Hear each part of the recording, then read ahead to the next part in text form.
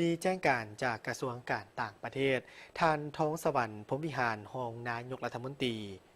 กระทรวงการต่างประเทศ แห่งสาธารณรัฐประชาธิปไตยประชาชนลาวจะนำพาคณะผู้แทนลาวเข้าร่วมกองประชุมรัฐมนตรีต่างประเทศอาเซียนครั้งที่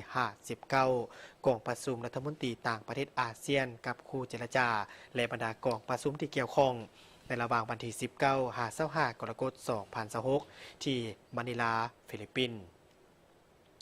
โดยตอบสนองตามการเสื้อเสริญของท่านนางมาเตเรซาลาซาโรรัฐมนตรีกระทรวงการต่างประเทศแห่งสาธารณรัฐฟิลิปปินส์ท่านท้องสวรรค์พรหมวิหารรองนายกรัฐมนตรีกระทรวงการต่างประเทศแห่งสาธารณรัฐประชาธิปไตยประชาชนลาวจะได้นำพาคณะผู้แทนลาวเข้าร่วมกองประชุมรัฐมนตรีต่างประเทศอาเซียนครั้งที่59กองประชุมรัฐมนตรีต่างประเทศอาเซียนกับคู่เจรจาและบรรดากองประชุมที่เกี่ยวข้องในระหว่างวันที่19 25 กรกฎาคม 2026ที่มะนิลาฟิลิปปินส์